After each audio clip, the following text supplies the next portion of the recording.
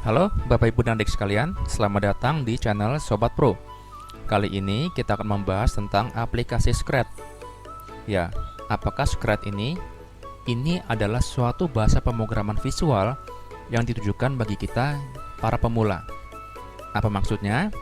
Jadi di sini kita tidak perlu menuliskan kode-kode atau sintak-sintaknya secara manual. Semua telah disiapkan di aplikasi Scratch ini. Kita hanya perlu mendragnya ke dalam layout kita. Nah, objek dari pemrograman kita dinamakan sprite. Seperti ini. Defaultnya ialah sebuah hewan kucing berwarna coklat terang, seperti ini ya. Nah, ini adalah objek kita. Nah, bagaimana kita memainkan objek ini? Ini tergantung dari kode-kode yang kita drag di dalam layout kita. Nah, ini adalah bagian dari kanvas kita. Jadi, seluruh tampilan pemrograman kita terlihat di dalam kanvas ini. Di sini, kita juga bisa mengganti objeknya. Tidak harus menggunakan objek default ini. Kita juga bisa mengganti latar belakangnya. Aplikasi Scratch ini biasanya ditujukan bagi kita yang ingin membuat sebuah game-game ringan. Ingat, hanya game ringan, bukan game-game dengan grafik yang tinggi. Aplikasi Scratch ini berbeda dengan bahasa pemrograman tingkat tinggi seperti Java Programming atau Pascal, Python, C++, Flutter, dan lain sebagainya. Karena pada aplikasi Scratch ini semua kode telah disiapkan. Nah, itulah kenapa bagi kita yang masih pemula, kita bisa mempelajari Scratch ini dengan mudah. Jadi perlu diingat, tidak perlu ada basic atau background pemrograman. Semua orang bisa, bahkan usia dini pun bisa. Kalau saya mengatakannya anak SD pun bisa. Kira-kira kelas 2, kelas 3 sudah bisa mempelajari Scratch ini, sampai usia yang tidak terbatas. Yang penting kita punya niat dan kerja keras. Nah, sekarang pertanyaannya, kenapa kita harus belajar Scratch?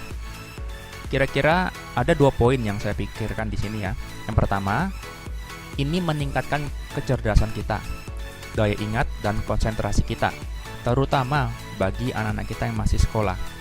Dan yang kedua, ini adalah suatu persiapan bagi kita di era teknologi dan informasi saat ini. Jangan sampai kita tertinggal dengan ilmu pengetahuan di bidang programming atau di bidang IT, karena bidang IT ini akan berkembang di masa yang akan datang. Lalu, apa sih keuntungan bahasa Scratch ini? Ya, pertama, ini bisa dilakukan oleh pemula, bahkan oleh anak-anak kita. Jadi, anak-anak lebih mudah belajar logika pemrograman tanpa harus dirumitkan dengan penulisan sintak atau kode-kode pemrograman, karena semua telah disiapkan di sini.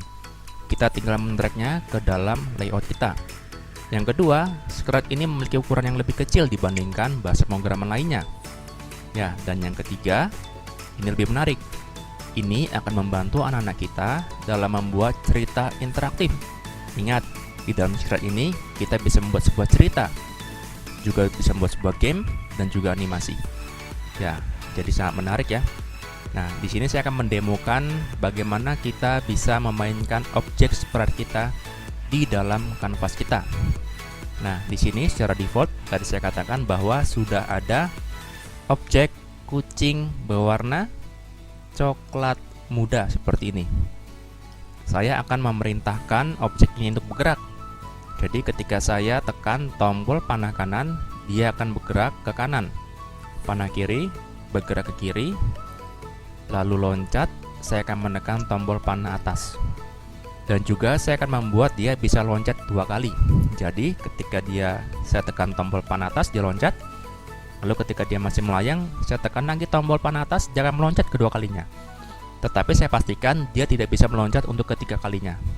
Jadi setelah dia meloncat kedua kalinya, baru dia bisa menyentuh tanah. Ya, ini adalah cara paling pertama yang bisa kita lakukan dengan objek kita dalam pembelajaran di dalam Scratch programming ini. Yuk, kita lakukan bersama-sama.